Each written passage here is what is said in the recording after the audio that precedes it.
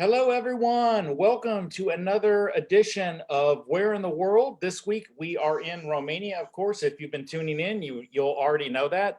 My virtual background is Maramureș in Romania. But tonight we're going to do something cool, something special. We're going to do a live walking tour through Bucharest, Romania, the capital city. And joining me is George. Welcome to the show, George. Hello. Nice to have you all with us. Yes. Hello. And tell everyone, what's the approximate temperature there? Yeah, it's so warm. It's excellent. It's 0 Celsius in the middle of March, but we are used to that. No problem. We had a snow last evening. The good thing is that it stopped, but it's quite cold. So 0 freezing. It's okay.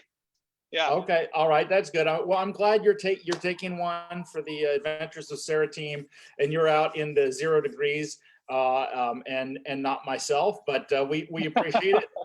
It's okay.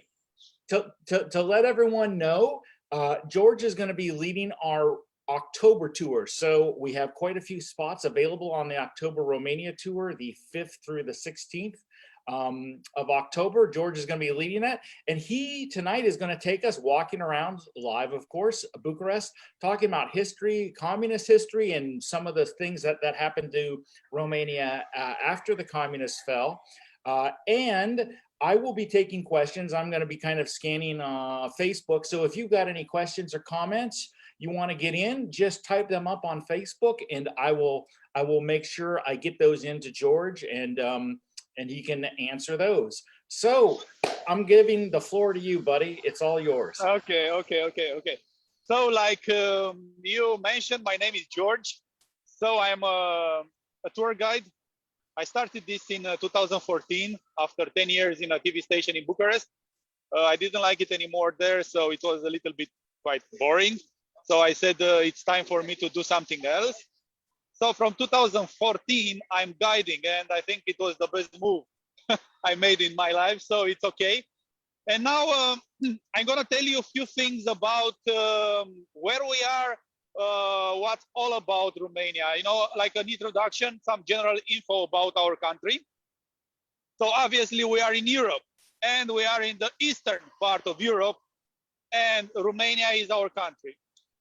I will tell you some facts, not like a history lesson with bunch of informations you'll never remember, but some aspects are important for you to understand better what we are doing here. So we'll go back in time. 2,000 years. 2,000 years, where is today Romania, there was a population called the Dacians. Not all over where is today Romania, but pretty much an important part of what we have today as Romania, we had back then. So these guys, they were called the Dacians. Dacia was their kingdom. So Dacia kingdom, they were called the Dacians. So these guys lived here around 2,000 years ago. And at some point in the 100, the Roman Empire came and conquered them. It's a long story, but basically the whole idea was that the Roman Empire was at its peak back then, 2,000 years ago. And their borders, the Roman Empire borders, were very close to where is today Romania, especially southern part of Romania. At that moment, so our neighbors, let's say, were the Romans, and the Dacians, this population, our ancestors, they were across the Danube River. So basically, they saw across the river, they saw the Romans, what they had, because they had lots of, gold, and they were very, of course, rich. So our guys, the Dacians, made some, let's say, expeditions into the Romans' territories. And at some point, the Roman emperor decided that, it's too much. So they started a war against the Dacians. So after the first war, in 101, it was the first war. The Romans, of course, won the war, and they had like a deal with the Dacians to keep the situation under control. But this lasted only a few years, and another war started in 105, and in 106, the Roman Empire conquered Dacia for good. That was the moment when in Rome, we had Trajan. Trajan was the emperor of the Roman Empire. And our guy, you know, the ruler of the Dacian Empire, the Dacian kingdom, was a guy called Decebal. So Decebal, when he was defeated by the Romans, decided that he cannot take this big humiliation, because usually you know better when the Romans conquered a place and who was alive was humiliated. So our guy, you know, Decebal, the king of the Dacian kingdom, committed suicide. So that was the moment when the Dacian kingdom was conquered by the Romans. This let's say period with I will put also now a little bit on the, for you to see things around me. Okay, you saw my face enough. Okay, so from 106 for almost 200 years, the Romans conquered the Dacia, and they started this important process of Romanization of the territory.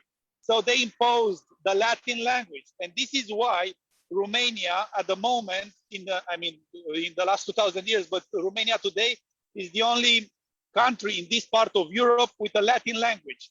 That's why it's so weird. I mean, so weird. So curious for many people, you know, they come here and they expect to hear or to listen to like a Slav language, like a Russian language. But we have a Latin language, the only country in this part of Europe. So the Romans, 2000 years ago, they stayed here for almost 200 years, 175 years. Because of many invasions started to enter Europe, and Dacia, this territory where is today Romania, was a little bit far away from where is, you know, Rome. It was difficult to defend. And at that moment, the Romans left. So from, let's say, year 275, the Romans left. During many centuries after that, all kinds of invasions came where is today Romania. So our geographic position, if you look on a map, you'll see that we are between, we were between empires. Ottoman Empire, so the Turks. You had the Russian Empire, you had the Austrian-Hungarian Empire. So all these empires, and we are like a battleground. So it was quite difficult for us. And especially another reason which made it difficult for us, especially against the Ottoman Empire, it was that they, we were Christians, and it was like the border of Christianity in this part of Europe. And of course, the Romans, the Ottoman Empire, the Turks, were trying to conquer and to, implement their faith and so on.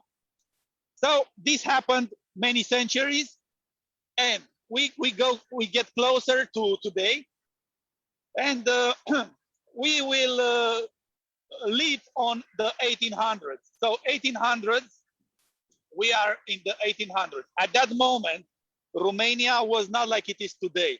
So today we have a big country.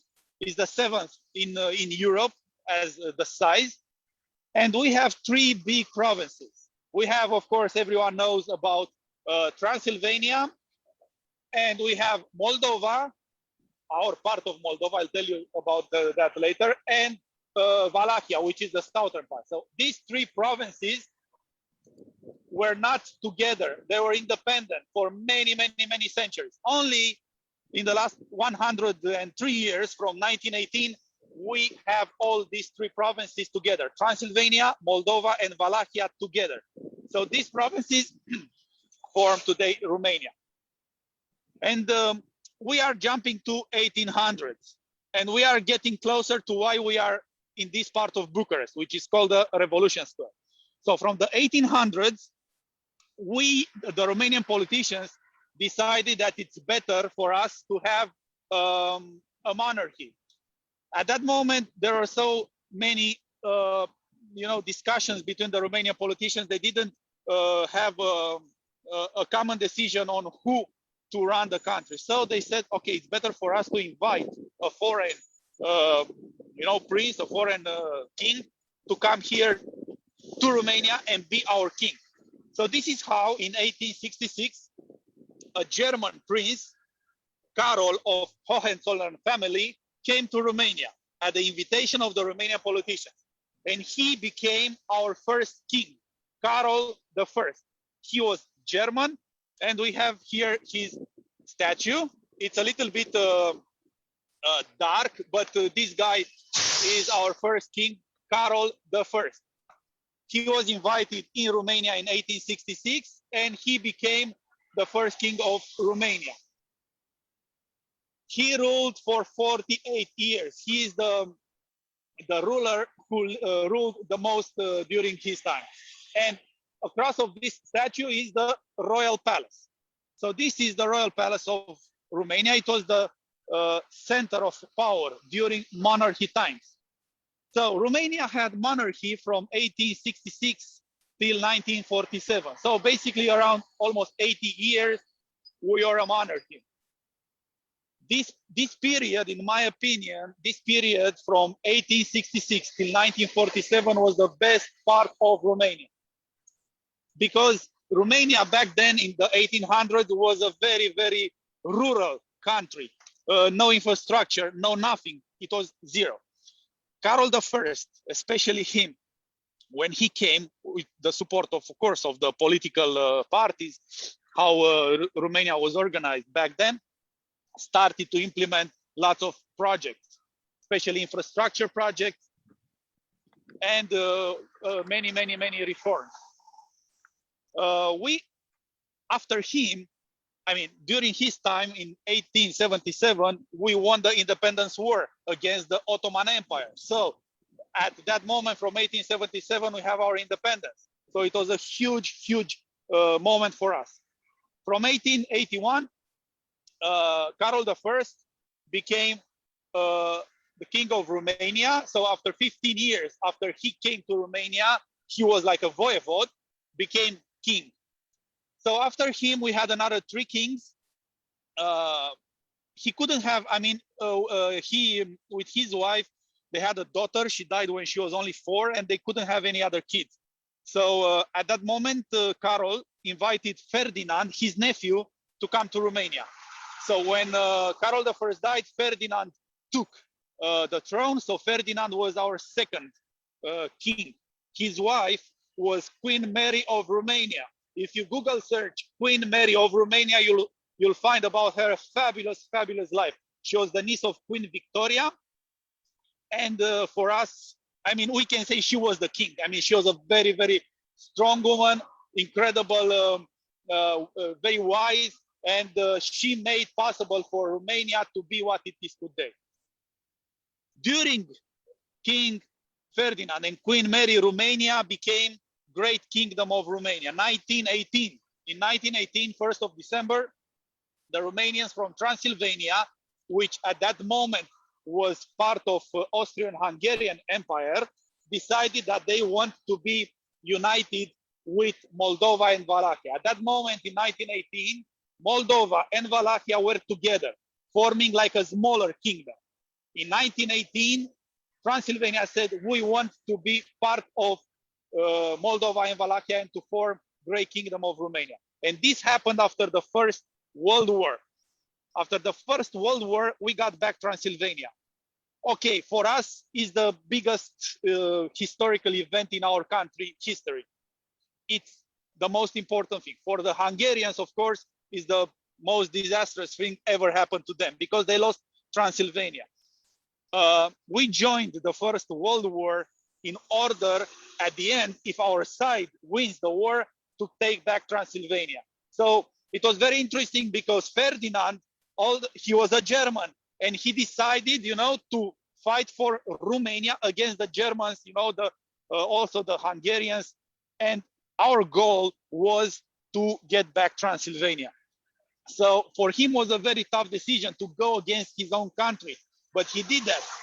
Queen Mary convinced him to do that because, of course, he had a very difficult time to make that decision, but Queen Mary insisted, and after the war was finished, we got back Transylvania from Hungary. So this happened in 1918. After King Ferdinand, we had his son, Carol II. He was from all four kings. He was, let's say, the least good king. But, you know, during his time, many things happened in Romania. It was like a dictator. Anyway, the problem was with him. He Hey, got George, in love. George, I wanted to ask. Hey, George, Please, can you hear me? I want to Yes. ask, can you tell us what's in the royal palace? Because I think you're right next to it. Yes, what's in the royal palace now? Okay, yes. Now, so okay, you see now the royal palace. So this was the center of the power during the monarchy time. Now we have an art gallery. So it's the art gallery, or like the art museum of Romania. So Okay. now it's only a museum. This was the place where King Michael, the last king we had, he died in December 2017. So almost 4 years ago. He was brought here, you know, his body was brought here, and it was like a national ceremony. Hundreds of thousands of people came here. So I will just mention a little bit of Carol II. So Carol II was Ferdinand's son. He ruled, but at some point he got in love with a lady and he left Romania. At that moment, King Michael, his son, he was only 5 years old. And King Michael became king of Romania when he was only 5 years old. After he, it was the youngest, let's say, ruler in Europe and maybe in the world at that age. Of course, he had, let's say, a commission of politicians and so on, but he was the king of Romania when he was only 5 years old. But his father came back at some point and he got back the throne again. After a few years, King Michael took the throne again when he was only 19. So we are getting closer to what to today. So King Michael became king again for the second time when he was 19 years old. For him was quite a bad moment because the Second World War started. At that moment, so again, he was only 19 years old. At that moment, Romania had the prime minister, a general, Ion Antonescu was his name. He was the prime minister and also a close ally, a close friend to Hitler. So Romania joined the Second World War in an alliance with Germany. We did that. Nobody imagined what happened after that, but our goal to join the Second World War with Germany against Russia was to take back Moldova, because today we have part of Moldova and part of Moldova is a foreign country, an independent state at the moment, because Russians took part of what is the big Moldova, half of it, they took it, and we said, okay, we're gonna go with Germany against Russia to take back Moldova. This was the decision Antonescu made, and it was okay. This was what we thought that it's right for us to take back what was ours from Russia. The problem was that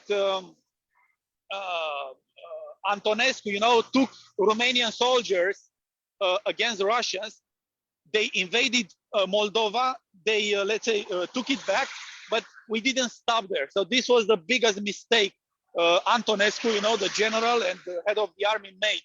Because instead of stopping after we got what was ours, he continued with Hitler towards Moscow. So that was a disaster, because at some point, the, let's say, fate of the war turned, and we became in a very bad situation because Germany started to lose, you know, and Russia started to win. So we are in a very, very bad situation. So this, you know, made King Michael, along with the Romanian politicians from the democratic parties, because, you know, the Antonescu, the prime minister, was like a dictator. Sorry about that. We have like a car race here in Bucharest. Okay, it's Fast and the Furious. Bucharest yeah, I think so. That is the remake of, yeah. So what happened was that because Antonescu, this prime minister, started to have like a dictatorship, and he was a good friend with Hitler. Unfortunately, in 1941, we had some, let's say, one of the most horrible moments of our history. Many Jews were, let's say, killed and deported from Romania during those days. So in 1944, it was the time for us to switch sides, because otherwise, with Russia getting better and better and Germany losing the war, if we would have stayed in this alliance with Germany, we would become, leveled by the Russians when they were marching towards Germany. So in August 23rd, 1944, King Michael, along with democratic political parties, made a move against Antonescu. So they asked him to resign. So Antonescu was invited in this palace in 1944, in December 23rd, and asked to resign and for us to take Romania against Germany and with the Allies. He said, no, I'm not going to do that. At that moment, he was arrested. So in August 1944, the prime minister and the leader of the army was arrested. From that moment, that was the day when Romania switched sides.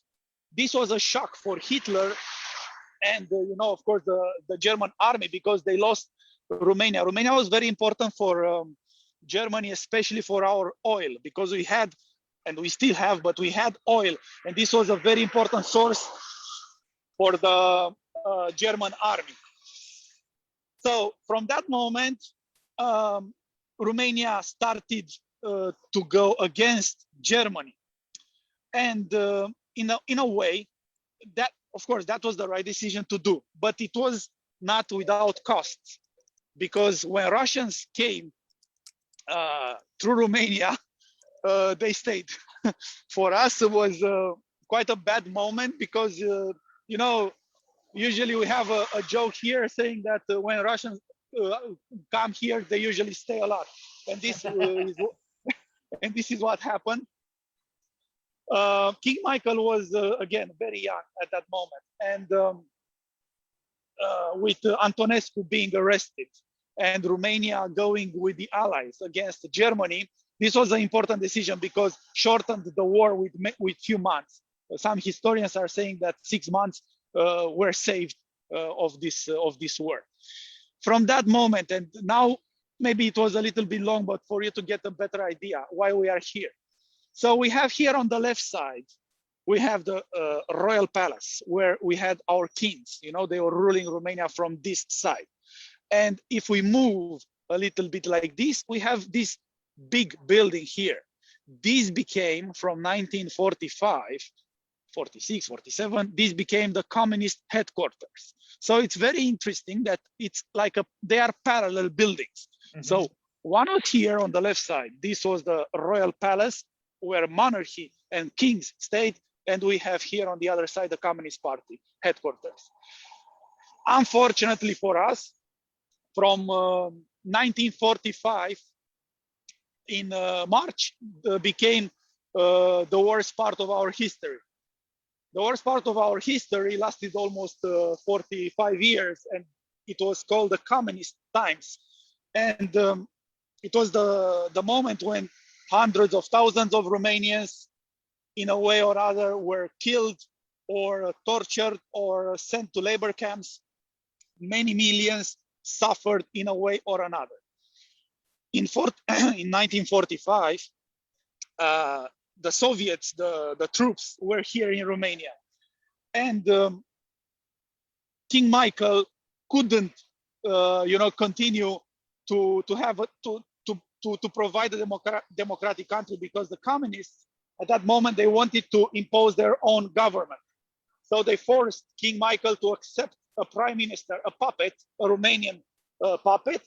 He was a puppet in the hands of the Soviets. So from that moment, Romania got a communist prime minister. And from 1946, in November, they fraud the elections.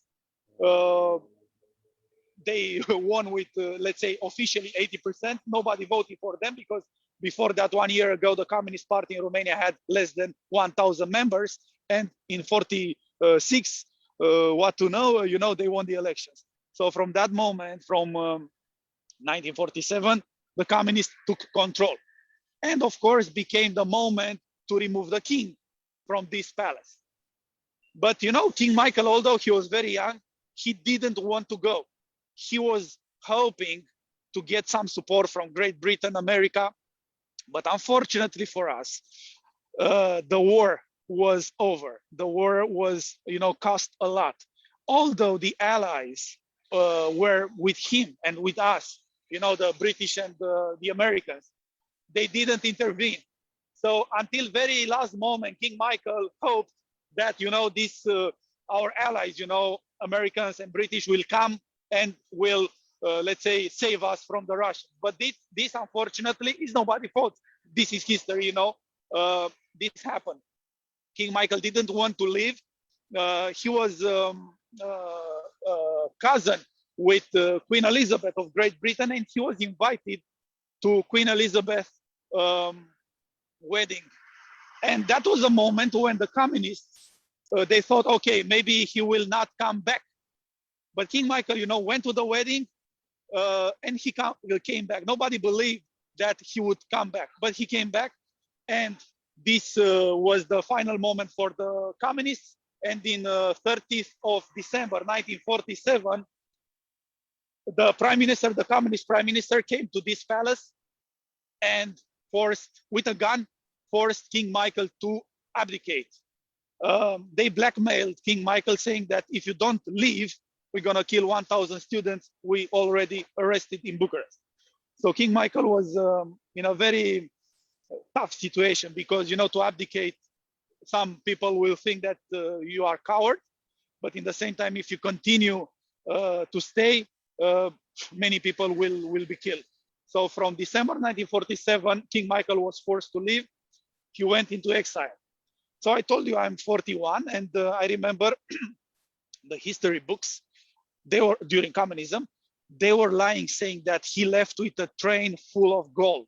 Of course, this was absolutely insane. He left with his mother, and they went to Switzerland to seek help there. And of course, for almost 45 years, they weren't, actually, no, it's 50 years, they weren't allowed to come back to Romania. So now we are from 47 officially under communism regime. Of course, they started to remove absolutely everything was good in Romania, to kill the elites, because this was their strategy, to impose the new, you know, the new man, the new idea, the new society. For doing that, they arrested all the elites Romania had, politicians, priests, you know, science people, you know, the elites of Romania, scholars were arrested. And many of them were sent in labor camps or in, they were executed. Romania had hundreds of labor camps and political prisons. So they imposed socialism, which evolved into communism quite soon. And we are getting closer to this building, to the communist headquarters. The first communist leaders are not so important, although they made huge bad things for Romania, you know, terrible things. But we go back, we go to Ceaușescu. Many people knows more about him. So Ceaușescu became leader of Romania in 1965. And he ruled Romania for 24 years from this building. Maybe some of you remember 1989. In 1989, from this building, Ceaușescu held his last speech, exactly from that balcony, exactly in the center of the building. I'll go closer later on. So Ceaușescu ruled Romania from 65. At the beginning, in the first years when he was younger, he made, let's say, a good impression. Because in 68, he made a fantastic, you know, and very brave, let's say, move when he said we will not take part of the Soviet invasion into Czechoslovakia back then. And it was incredible for a communist leader from the Eastern Bloc to say we will not take part with Russia from, against Czechoslovakia. In that moment,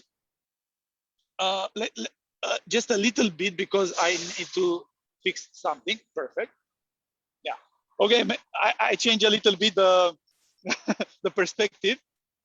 So Ceaușescu made a good impression because he said will not take part of this invasion of the Russians against the Czechoslovakia. At that moment, he was received by Nixon in USA, by Queen Elizabeth. All these Western leaders thought that maybe we have a chance with this new guy, from Romania, to maybe make to have a chance against the Soviet Union.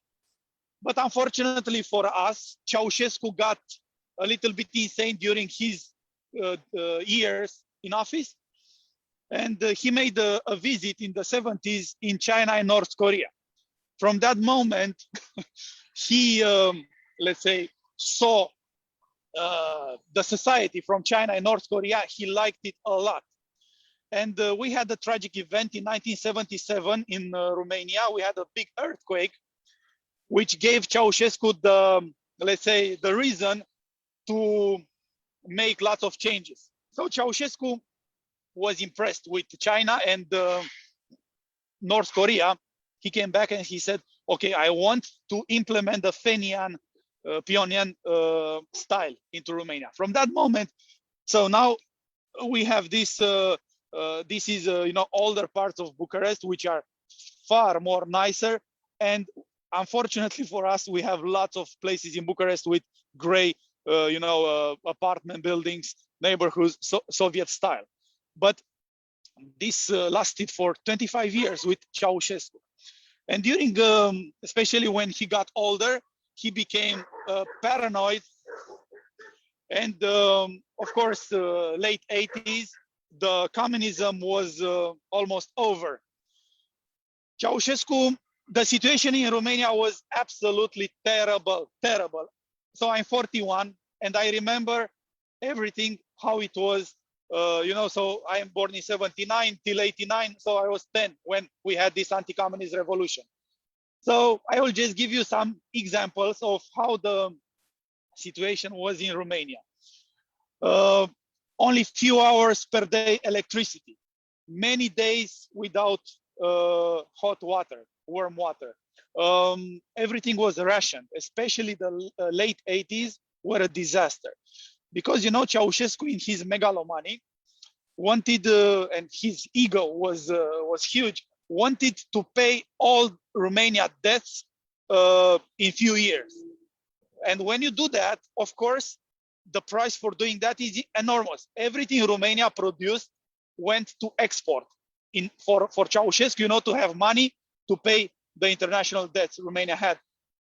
In the same time, this made us, after Albania, the poorest country in Europe, because everything Romania produced went to export. I'll just give you an example.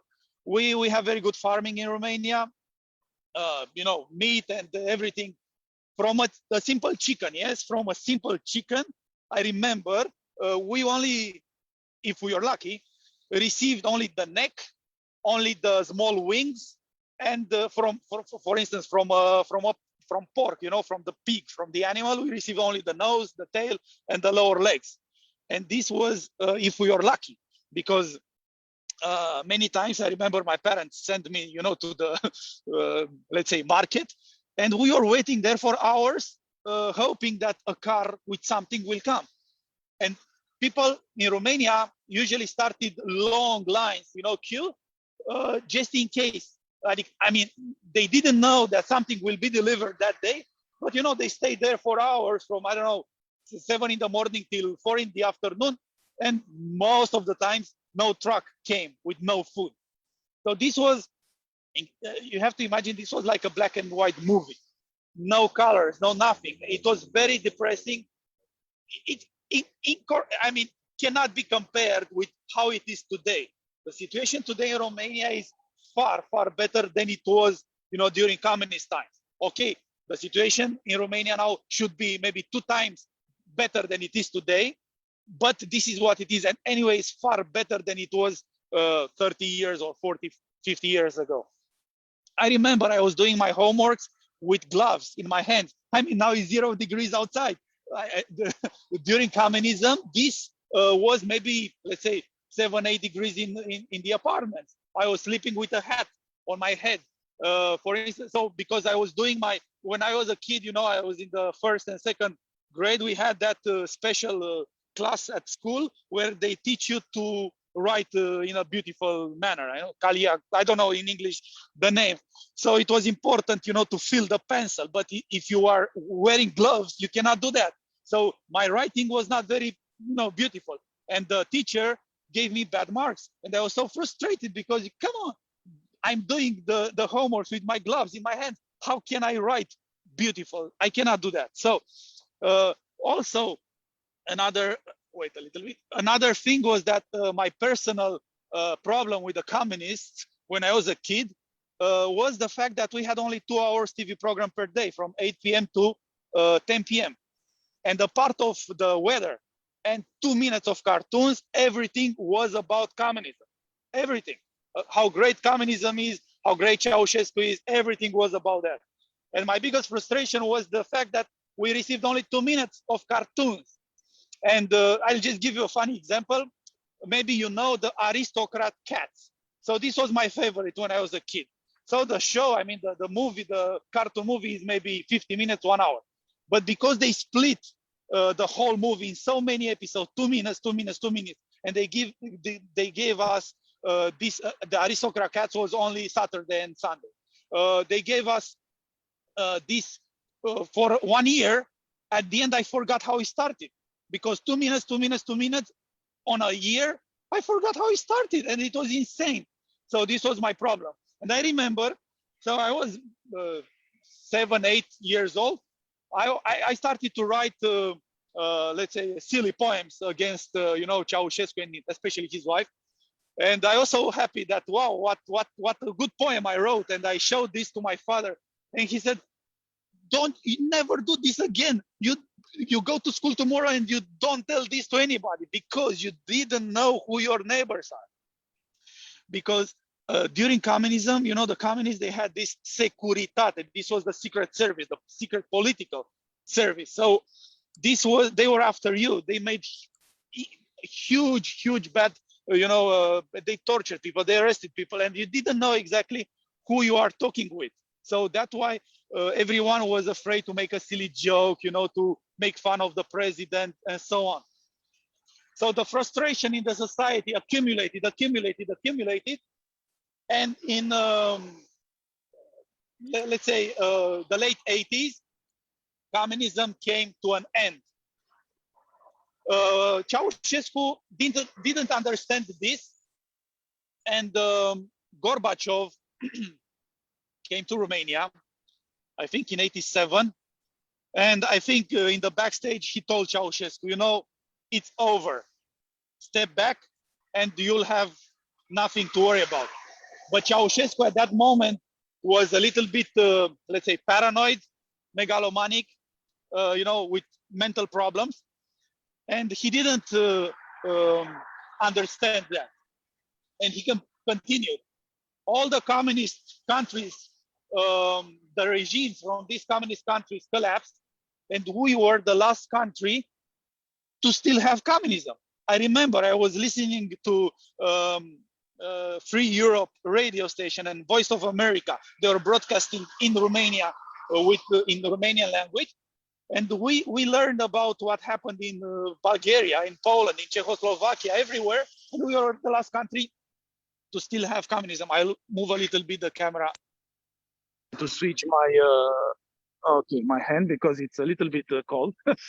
Okay, so I'll walk a little bit. And so and we are asking, what's wrong with us? I mean, we are the last country to still have communism. But December 1989 came, and we have a city in the western part of Romania called Timișoara. That was the place where the revolution started. At the beginning, only few people. Basically, the revolution was triggered by a Hungarian priest. He was house arrest, and people went to his, house to support him. More people came, and at some point they started to yell against Ceaușescu.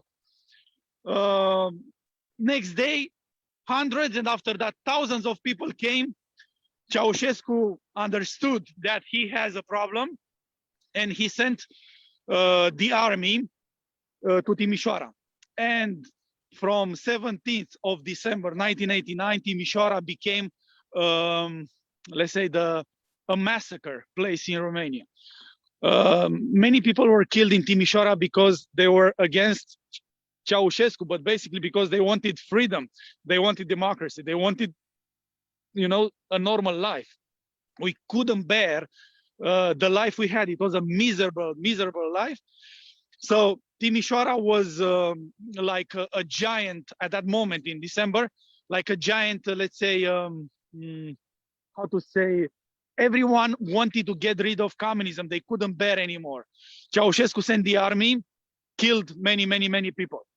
But next day after, this was 17th of December, from 18th of December, more people went on the streets. And Timișoara became the first city free of communism because the army withdrew because it was too much. Too many people were on the streets. So we are listening this, but in Bucharest, everything was quiet. Nothing happened. Bucharest was, on mute. But Ceaușescu made a huge mistake. He was advised, and this is interesting, he was advised to have a big rally.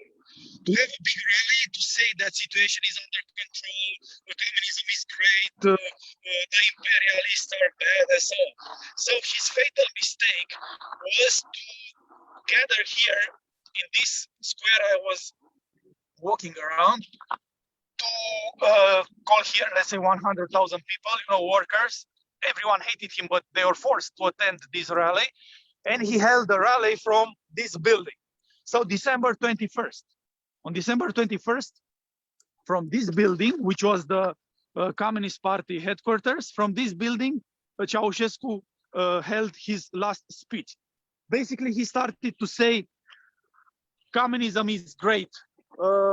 In Timișoara, the imperialists, the secret services, CIA, all the other intelligence communities are trying, to dismember Romania and so on and so on. At some point, so this whole square was packed with people, they were forced to come here. And at some point, during Ceaușescu's speech, some noises, some explosions started to be heard in the square. At that moment, people panicked and started to yell against Ceaușescu. Ceaușescu, from this balcony, was in total panic at that moment. From that moment, he became, the most weak person. Before that, he was, let's say, the god of Romania. Nobody had any courage to say something against him. But from that moment, Ceaușescu became total panic. It was incredible. Let's say a little bit. Okay, do you hear me? Yep, that's better now. I think it's just the earpiece thing. Maybe. Okay. So from that moment, Ceaușescu lost control. People here in the square started to go against him. Ceaușescu was in total panic. I was watching this live on television, and I thought that is the moment. From that moment, 21st of December, people, even in Bucharest, thought that, okay, we have a chance to get rid of communism. This happened around noon on 21st of December. People went on the other streets around this big square and started to protest. They formed a barricade. And when night came, Ceaușescu sent his loyals, the army, the troops, and started a massacre in Bucharest. I remember my house is maybe 10 kilometers from here. And you could hear the shootings. It was like a war. I remember that perfectly. My brother, he is 10 years older than me, and he was with his friends at these protests, you know, against Ceaușescu. And I remember my parents were in total panic. Where is my brother? Where is my brother? He managed to survive, and he managed to come back around 4 in the morning. He was full of mud, you know. One of his friends didn't make it, and one of his friends was shot. He was one of the first shot in Bucharest. This was 21st of December. It was a massacre. Second day, 22nd of December, Ceaușescu was still in this building, and he tried, people gathered in this square against him. The square was full again. He tried to speak again to the people. Nobody wanted that, and at that moment, people started to force the entrance into the building. At that moment, Ceaușescu went inside, called his helicopter, and he flew with a helicopter from this building. From that moment, 22nd of December, noon, it was the moment when the anti-communist revolution was a success. Everything was broadcasted live on television. It's very interesting. Before that day, television was 100% with Ceaușescu. From the second day, television was 100% against Ceaușescu. They switched sides immediately. And from that moment, people started to celebrate the victory. You would think that was, wow, excellent, great. That was it. People were very naive, thinking that, okay, we have our victory and this nightmare is over. But at that moment, in the 22nd of December, a guy from the second or third third level of the Communist Party came into this square with you know, more of his friends, all former communists, or actually communists, but from the second or third level. They entered the building, they sent people out. They said basically, you know, we are politicians, we know better, you don't know anything about politics, and they took power. At that moment, you know, the naive people who really made the revolution were sent off the building, and these new guys, former communists, actually communists from the third level, entered, and then they took power. Okay, no problem with that, but something was wrong, because the new guy who took power, Iliescu was his name, he needed a good reason to say that we need to take power, because, you know, the situation is chaos. At that moment, Ceaușescu was captured. Ceaușescu with his wife, they were captured, arrested. So from that moment, no reason, you know, to have people being killed or something like that, because, you know, the big dictator was captured. But the new guy needed a good reason to say we need to take power. At that moment, the new guy, Iliescu, went into the same balcony and addressed to the people from this square. And he started to say, dear comrades. So this was the communist type of, you know, speaking, dear comrades. And that moment, people from this square said, what we are doing? I mean, we got rid of Ceaușescu and we have another thing. We're going to continue communism. From only that moment, people from the square started to yell against communism, because before that, it was very personalized against Ceaușescu as a person. He was the evil, of course. But from that moment, people started, we don't want communism anymore. And the new guy wanted to have communism, but with a human face, you know, a little bit of makeup to continue communism. This was anyway Gorbachev's idea, you know, to make a more, you know, a nicer, let's say, a more human face communism. So this new guy at that moment thought that, okay, I'm going to lose the square, I'm going to lose the people. Went back, and what a coincidence. After 1 hour, it was a massacre again in this square. Suddenly, on television, something was invented. We are attacked by terrorists, Syrian terrorists. Romania is under attack by terrorists. 31 years after, not a single terrorist was captured. Not a single terrorist was even, you know, mentioned somewhere. So this was a big, big masquerade, because the new guy needed a reason to say we need to take control because it's chaos. So they provoked this chaos. What I'm telling you now is not officially, of course, but everyone knows that. This new guy I'm telling you about who took power, he's, I think, 90-something years old, and he's on trial for crimes against humanity for what he did in 1989 and in 1990. So from that moment, a massacre started in Bucharest, and more than 1,000 people were killed only because the new guys they needed a reason to say we need to take control because, you know, the situation is chaotic. So for a few days from December 26th to December 25th, it was a massacre. Ceaușescu, the former dictator, was captured. The new guys made a fake trial and they executed Ceaușescu. Okay, Ceaușescu was guilty of many things. Totally agree. I hated him.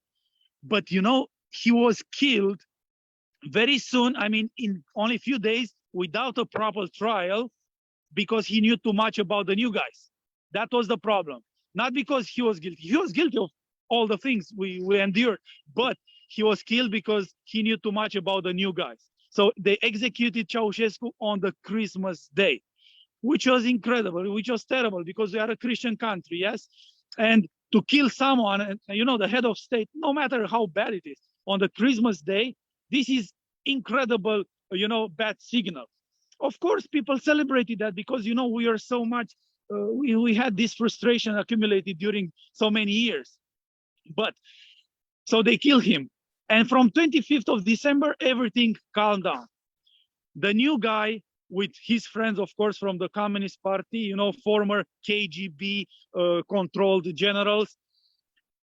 Okay, it's unofficially, it's not officially recognized yet. It will be, but this was what it was. And here, this monument shows you the names of the people who were killed in Bucharest. So we have here the names. There are so many names. And all these names are names of people who were killed in exactly this square. And, you know, unfortunately, most of them died after Ceaușescu was captured. So makes no sense. Okay, maybe it makes sense to say, okay, before Ceaușescu was captured, of course, he wanted to continue his power and he killed them. Okay, but we are talking about only, let's say, 200 people. After Ceaușescu was captured, the vast majority of victims were killed after Ceaușescu was captured, and it was no reason, you know, to kill more people. But because these new guys wanted to have a good reason to say we have to take power, this is what happened. And all this in total is 1,150 people, I think. They were killed during those days. I remember I was here with my father. I wanted to go with him on 22nd of December when, you know, the revolution started, but he didn't take me with him. He was wise, yeah, not to listen to a stupid kid. But he was here with my brother. He was 20, I was only 10.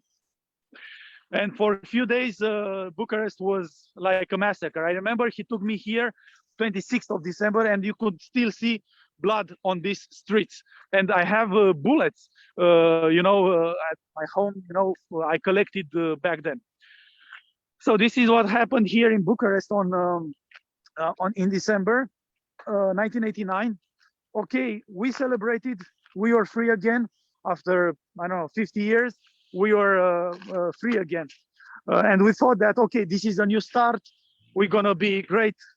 But unfortunately for us, and now we are getting closer to our days, the new guy I told you took control, Iliescu, with his friends. They started, let's say, the Socialist Party. Basically, it was and still is the continuator of the Communist Party. And for the first 6 years, when Romania was officially a democracy, he ruled Romania. Okay, he won the elections, but of course, back then it was only TV station, only one radio station, and of course they controlled this. And for the first 6 years, he ruled Romania, and Romania stands still.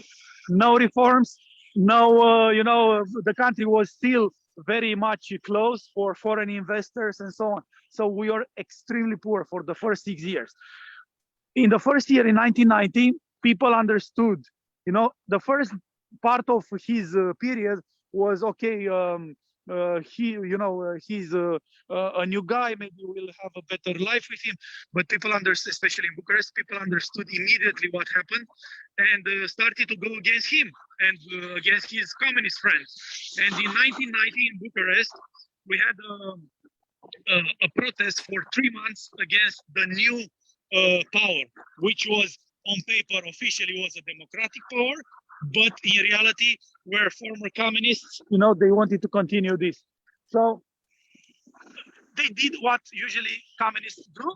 Basically, they stopped the protest with violence, and people were killed in June 1990 when Romania was a democratic country. Were killed because this protest, the new guy Ion Iliescu didn't like this protest, and he called his loyals miners from a mining area in Romania. And in June 1990, the whole Europe, the whole world was shocked with what is happening in Romania, because Romania had a fantastic image back then with what we achieved. We were the only country with many people to be killed to get rid of communism, and suddenly something similar is happening. And from that moment, many people from Romania left Romania. They went in other countries because they couldn't continue, to what we are doing. I mean, we are a democracy and we are doing the same thing. This new guy, for 6 years controlled Romania, and we can say only from 1996, people elected a new president, a more, let's say, democratic part of the political spectrum. So we got better from, let's say, 96. Only for a few seconds, I will go into my car, and maybe Andrew can take some questions, and I will put my phone in order for you to be able to see something, because I want to drive a little bit to the Parliament building, which is the second largest building on the planet, and maybe you. Okay, let's see a little bit. Okay. So, and hey, I'll ask, because I don't know, George, when I know that Ceaușescu was obviously ousted in '89. When was this huge building built? Yes. Or when was it finished? I guess. I mean, obviously it took a while, I'm sure. Yeah. Okay. So the building we are now going to. Now today it's called the Palace of the Parliament, was built from the 80s. In basically the official inauguration of the workings were in '84 and lasted for 10 years to complete the whole building. Ceaușescu, I told you, was megalomaniac, yes, and he wanted to have the biggest building, the biggest palace on the planet. And that's why now, okay, it's the second after Pentagon, but Pentagon is a military, facility, but Ceaușescu wanted to have his palace to be the biggest one. And from the 80s, Ceaușescu started to implement what he saw in North Korea and in China. So from, let's say, imagine that he removed an entire neighborhood only to build this palace. So 50,000 people were forced to move from their houses because their houses were demolished in order to make room for this building. So suddenly, I mean, you are living today, and they will tell you, okay, in 1 week you have to go because we want to build this. So yeah, in '84 they started. Ceaușescu was killed in '89, so he didn't have the chance to see it finished. And it's immense. We will drive a little bit around, and it's absolutely incredible big. It's let's say it's the second or third as size as the volume on the planet. There are some pyramids in Mexico, yeah, and of course Pentagon is the biggest one. For you to get an idea, you'll see. So from a level from the ground up to the top is, let's say in feet should be around 270 feet. But it's interesting, below, under the ground is bigger, because Ceaușescu, I told you, was paranoid, and he thought that a nuclear attack was to come against him, and he built all kinds of, tunnels, escape rooms, and so on. So actually, the building is bigger under the ground. So it's incredible. And we had a problem in. So they started in '84. In '89, we had this revolution. The building wasn't completed, and we thought what to do with it, because cost almost $4 billion. We spent lots of money with it, and what to do with it. And the decision was, okay, let's continue and finish. And they did that, and now is the parliament, where, but with 1,000 rooms. And when I tell you a room, it's not like your apartment or your house room. The rooms, I mean, huge rooms, 1,000 rooms. I mean, not even today is completed, and not even today it's fully in use. They put their parliament, the constitutional court, all kinds of institutions, but it's not full in full use. Well, I think what I find kind of comical is that you guys are like Ceaușescu went for the one big like defensive nugget, like, hey, if there's going to be an attack, it's going to be this awesome bunker. And then like Albania went the other way. They're like, we're just going to build like a million little bunkers everywhere in case someone wants to invade us or whatever. And then it was like, well, no one ended up invading. So either strategy didn't work. Yeah, absolutely. Ceaușescu lost control. I mean, mentally he was sick. I mean, really, he had a problem. He was, sick.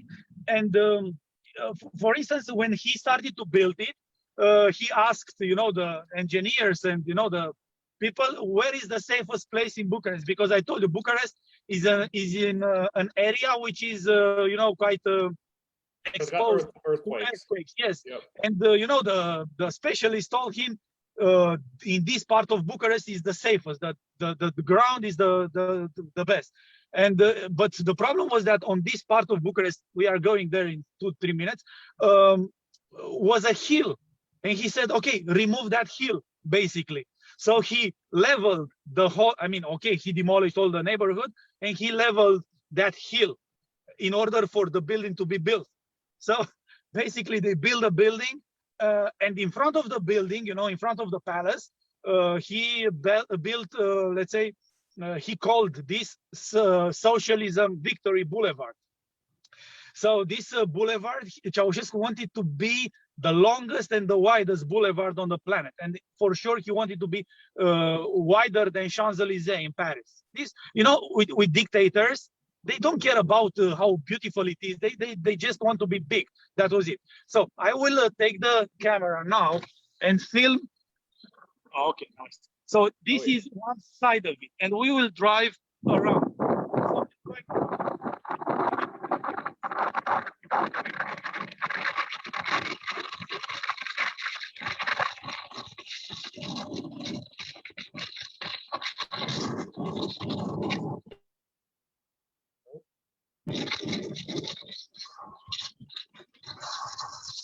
Oh yeah, now you can see the, wow, yeah, that's pretty immense. So during the times when this was built, of course, many churches were in this neighborhood, and many churches were demolished too. In total, 20 churches were demolished and 11 were removed, not only to make room for this palace, but in general in Bucharest, many churches were demolished. So now we are still going around. Very interesting is that today the Orthodox Church of Romania is building the new cathedral, and they choose the place for the new cathedral to be built exactly in the courtyard of this former communist, palace, Ceaușescu's palace. So I think Ceaușescu now is drilling, because he was an atheist, he hated the church, God, and now they are building the Orthodox cathedral exactly in his courtyard. This is very funny. And of course, the new Orthodox cathedral is huge, of course. In a way, it's good to make a balance, because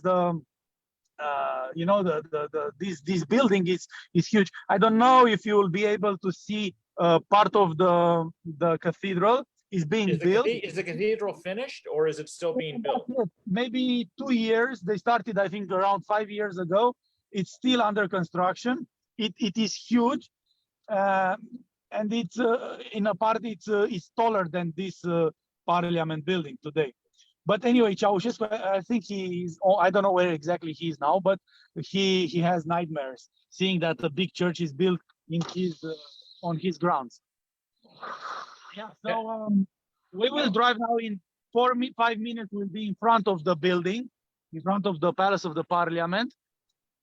So And, I want to ask yeah. something that gets brought up a lot. One of the when people would ask, hey, is Bucharest like a safe city, or they hear all these things, and obviously I've seen how it's improved over time, and Sarah and I were talking that, you know, we both feel safe there. But one of the things I always remember from all the travel books from the late 90s were like, oh, beware of the wild packs of dogs. And I kind of remember reading that that the reason you had all these wild dogs was when you move 50,000 people, they didn't have any room for the animals, or the animals were just left as strays, and that's how you got all these, like, this reputation for the stray dog capital of Europe. Yeah, so absolutely, we had these stray dogs was one of the worst problems Bucharest used to have. Not anymore. You don't see a single dog on the street these days. But in the past, I mean, until let's say 10, 12 years ago, we had, at some point, they counted 250,000 stray dogs on the streets.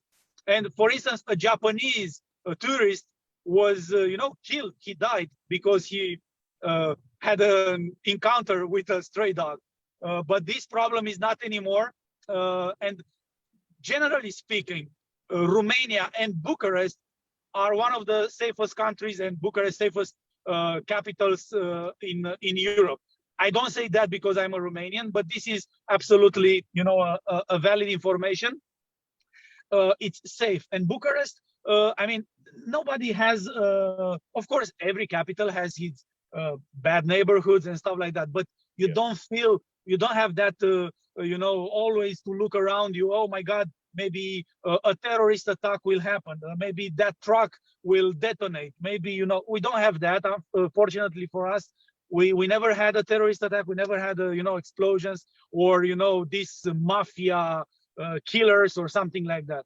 No, Romania is quite safe, and Bucharest is really safe. No problem with dogs. In the last maybe 10 years, actually, this interesting. This stray dogs problem stopped because of a tragedy. One kid, 4 years old, he was with his mother, I think, in a park, and he was attacked by a big, many dogs, and he was killed. He was actually eaten by part of it by these dogs, and this created a huge reaction in the society, and people reacted, and the mayor from that time had to take measures, and from that moment, maybe 10, 12 years ago, we don't have a problem with stray dogs, and the matter was solved in only few months. I think maybe 6 months. We didn't have a problem anymore. So I arrived in the Constitutional Square, and I will film a little bit this. Excuse me a little. Yeah. So this is okay. So this is the Palace of the Parliament, and this is the front. So from here, from where I am to the top, is 90 meters, so 270 feet, and below underground is more than that. It's insane. And so basically, it's this building, the Palace of the Parliament, second largest building on the planet. And Ceaușescu, he, was, let's say, he imagined himself having all kinds of, addresses to the nation from the balcony, and he wanted to have this huge North Korean style square, full with people, and in front of the Parliament, it was this Socialism Victory Boulevard, which I told you he wanted to be longer and wider than Champs-Élysées. And people were people were making fun, saying that socialism victory against us, because they almost killed us. And this was a joke during the 80s. Socialism victory against the Romanian people. They had this joke, which yeah. And okay, we'll drive a little bit on the boulevard, and if you have more questions or something like that, luckily for us, so I will get a little bit on today's situation. So we are part of the European Union since 2007, and we for sure are seeing the benefits of that. I mean, Romania is a full democratic country now. We have strong institutions. We are part of NATO from 2004. We have a strategic partnership with USA. There are American bases in Romania. USA is our strongest ally. So we have a very good cooperation. We send people to all kinds of battlegrounds like Iraq, Afghanistan. Actually, unfortunately, we lost many soldiers in those in those countries. So we are fully, let's say, interacted with European Union and NATO and stuff like that. The economy is quite, yeah. I was going to ask for people visiting the Palace of Culture, can you go and see anything underground? Is any of that open to visitors? Yes, but it's not so interesting. Wait a little bit. Okay, do you hear me? Yep. Okay. So yes, you can go underground, but there are they will show you only a few empty rooms. It's not spectacular. Anyway, okay. As a guide, I don't advise people necessarily to visit this building. In my opinion, at least, it's enough to go in front of it, listen the story, learn about the facts and everything, and carry on. What is interesting to see and to visit in Bucharest is Ceaușescu's former residence. That is more interesting because you're gonna see the original furniture, his bed, and you'll understand more about his mind, how sick he was. He was very this notion of being with bad taste, kitsch. So you'll get a better idea about him visiting his residence. That is worth a visit. This building, in my opinion at least, is not so interesting inside. Anyway, the tour, they have tours, they have tour guides inside. The tour is like 1 hour, 1 hour and a half. Basically, you see only big rooms. It's so and so. I would not go. Well, I mean, I know some of the places that people will see on our Romania tour, and like Peles Castle is so fantastic. Yeah, after that, I'm not sure anything else is going to be interesting. Yes, for sure. I always advise Peles and other places. Yes, and this one is an administrative building. Impresses you with the size and especially the stories. Now, I didn't have time. I didn't want to make it too long, but when you are, of course, and now it's virtual. So that's why I prefer normality. This is not the new normality. I don't like the new normality. So I'm not going to go, I'm not going to get used with this new normality. So I prefer face-to-face tours. And because, to hear the story when you have someone with you, I mean, a real person is far better. Yeah, I agree. Okay, well, we need to wrap this up. Okay. So I wanna thank you so much for doing this. This is your this is your first virtual tour and mine as well. So kind suggestions and comments, always welcome. As Absolutely. well as some as some likes and some nice comments as well. But for those of you listening, as I said before, George is going to be leading the October tour, which we still have spots for. The September tour right now is fully booked. Tomorrow, tune in because Sarah and I are going to do a PowerPoint presentation on kind of everything we see on the tour, and we're going to have some very nice photos that George has given us. So he might even want to check in and see how amazing the tour is. We're going to be in 1, 2, 4 different regions, probably 10 different towns and cities and all sorts of villages and others, and castles and things like that. So it'll be a really in-depth thing. We even have some video to show people of some of the places as well. So everyone can tune in. That's going to be 11 a.m. Pacific Standard Time on Friday. So George, thank you so much, and looking forward to meet in person later this year. Thank you so much. It was a pleasure. And again, I would prefer to have a real person, real, guests. It's far better than having these virtual tours, which are good for the time now. But I'm very optimistic about this season, and I really think that Romania, for instance, will not be closed. We're not going to have a lockdown or something like that. Our perspective and our approach was all this year to stay open as much as possible, to have a normal life as much as possible. Yep.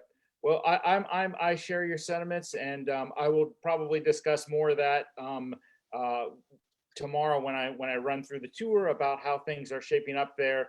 Of course, if you're booked on a tour, or if you're interested in the October tour, just send me an email, and I could have a conversation with you with all the guests personally about what's going on and what I think's going to be happening with our tours there. So, good night, sir. Thanks so much. Thank you for watching, everyone. Ciao. Thank you. God bless. Bye.